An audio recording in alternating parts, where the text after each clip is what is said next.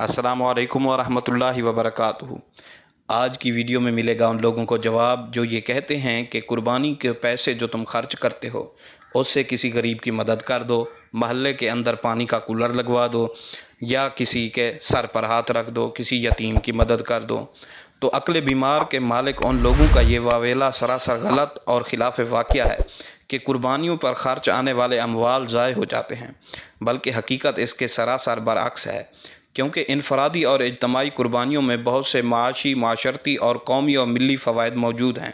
अगरचे अहयाए सुन्नत के अजर व सवाब और रज़ा इलाही के हुसूल के मुकाबले में इन फ़वाइद की हमारे नज़दीक कोई हैसियत नहीं, लेकिन महज उन अक़ल परस्तों के इल्ज़ामी जवाब की खातिर हम कुर्बानियों के माली और मादी फ़वाइद का पहलू भी वाज़े करते हैं, ताकि मालूम हो सके कि कुर्बानी के ज़रिए किस तरह माली फ़वाइद कौम व मुल्क को वापस लौटा दिए जाते हैं। तो आइए चलते हैं और गौर करते हैं कुर्बानी के मादी फ़वाइद की तरफ। दुनिया में लाखों करोड़ों ऐसे अफराद हैं जिनका ज़रिया माश ही यही है कि वह ऊँटों, गायों और भेड़ बकरियों के रेवड़ पालें और मामूली कीमत पर ख़रीद कर मुफ्त की घास फूस के साथ पाल कर और मामूली कीमत का चारा दाना डाल कर ईद कुर्बान के मौके पर अच्छे दामों फ़रोख्त करें।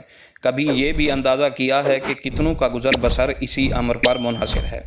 इनके बाद उन लोगों की बारी आती है जो इनसे माल ख़रीद कर बाज़ारों और मंडियों में लाकर बेचते हैं।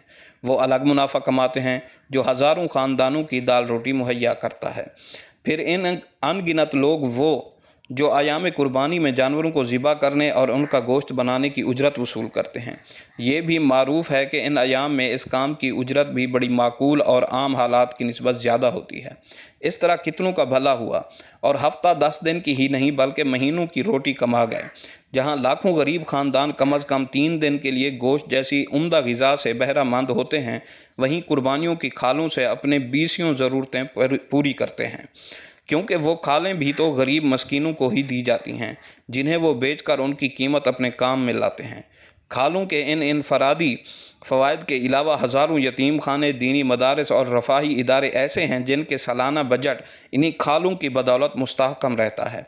फिर हज़ारों ख़ानदान ऐसे हैं जिनका ज़रिया रोज़गार चमड़े की रंगाई है।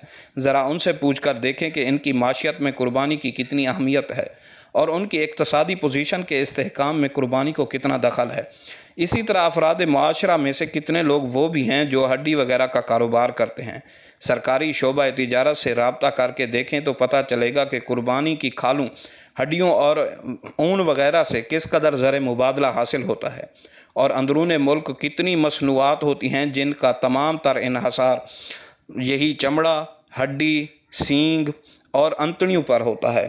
गो सिर्फ कुर्बानी के जानवर ही से ये चीज़ें वसूल नहीं होती, लेकिन इनमें कुर्बानी के जानवर का एक माकूल हिस्सा ज़रूर शामिल होता है।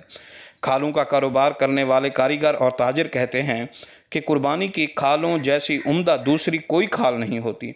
अलगर्ज सिलसिला ब सिलसिला कितनी खल्क़ खुदा को इन कुर्बानियों का फ़ायदा पहुँचता है और नीचे से ऊपर तक कई अशख़ास, इदारे, ठेकेदार, कारखानादार और कौम व मुल्क सभी मुस्तफ़ीद होते हैं।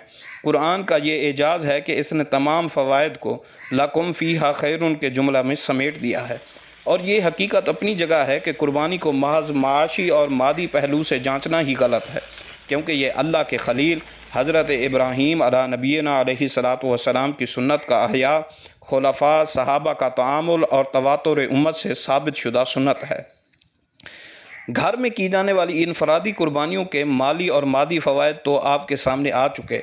अब रहा मौसम हज की हौदी या हुज्जाज की मिना में की जाने वाली कुर्बानियों के सवाल और ये नज़रिया कि वहाँ तो गोश्त और चमड़ा वगैरह सब बेकार ही चला जाता है, इनका कोई पुरसान हाल नहीं होता। इस सिलसिला में अर्ज़ है कि बहुत पहले का तो मालूम नहीं इनसे इस्तिफ़ादा करने का मंसूबा कैसा होता था, लेकिन शाह सऊद के दौर से हुज्जाज की कुर्बानियों के चमड़े हुकूमत की तरफ से मिस्र और सूडान वगैरह ममालिक की तरफ भेजे जाने लगे। वहाँ से वो नमक वगैरह देने और रंगने के बाद अमेरिका और यूरोपीय ममालिक को भेज दिए जाते हैं। शाह फैसल के दौर हुकूमत में इसी गर्ज के लिए जद्दा में एक अजीम शान कारखाना कायम हो गया। मिना से कुर्बानी के ज़िबा शुदा जानवरों को ट्रकों के ज़रिए बाहर लाया जाता और इनका चमड़ा निकाल कर जद्दा भेज दिया जाता, जहाँ जदीद आलात और वसाइल पर मुश्तमिल कारखाने में साफ़ करके इन्हें पुख्ता किया जाता। پھر اسے ہر قسم کے خوبصورت پکے رنگوں سے رنگا جاتا۔ اس کارخانے میں سینکڑوں مصری اور دوسرے ممالک کے کاریگر اور عملہ کام کرتا ہے، اور وہاں 20-25 قسم کے مردانے، زنانے اور بچگانے جوتے، چپلیں اور سینڈلیں تیار ہوتی ہیں۔ ان کے علاوہ فوجی استعمال کی اشیاء، کمر کی پیٹی، کارتوس دان وغیرہ اور عام استعمال کی اشیاء، suitcase, bag, money bag اور فائل بیگ وغیرہ تیار ہوتے ہیں۔ ہندوستان کے معروف تاریخی پرچے ماہنامہ صدق جدید لکھنؤ نے جنوری کی اشاعت میں ذکر کیا تھا کہ اسی طرح ہڈیوں کے بارے میں بھی تدابیر سوچی جا رہی ہیں، اور امید ظاہر کی تھی کہ چمڑے کی طرح ہی قربانی کی دوسری اشیاء، گوشت اور اون وغیرہ بھی جدید طریقوں سے کام آنے لگیں گے۔ معمار قوم بنگلور نے اپنے عشائیے میں سعودی حکومت کے مکہ و مدینہ سے متعلق ترقیاتی منصوبوں کا تذکرہ کرتے ہوئے لکھا تھا کہ سعودی عرب میں جرمنی کی مدد سے ایک جدید منصوبے کی بنیاد رکھی گئی، جس کے تحت حجاج کی قربانیوں کے گوشت اور کھالوں سے زیادہ فوائد حاصل کیے جائیں گے، اور لکھا تھا کہ اس جدید ترقی پذیر منصوبے سے ایک بہت بڑے مسئلے کا حل نکل آیا ہے۔ اسی طرح عام ملکوں میں کی جانے والی اور مینا میں حجاج کی قربانیوں کے تمام فوائد کو پیش نظر رکھا جائے تو قربانی نہ کرنے بلکہ اس کی قیمت صدقہ کر دینے کی تجویز میں قطعاً کوئی معقولات باقی نہیں رہ جاتی، بلکہ وہ سنت سے صریح بغاوت ہے، اور اس پر مستزاد یہ کہ قربانی یا کسی بھی دوسری عبادت کو معاشی اور مادی نقطہ نظر سے جانچنا ہی غلط ہے۔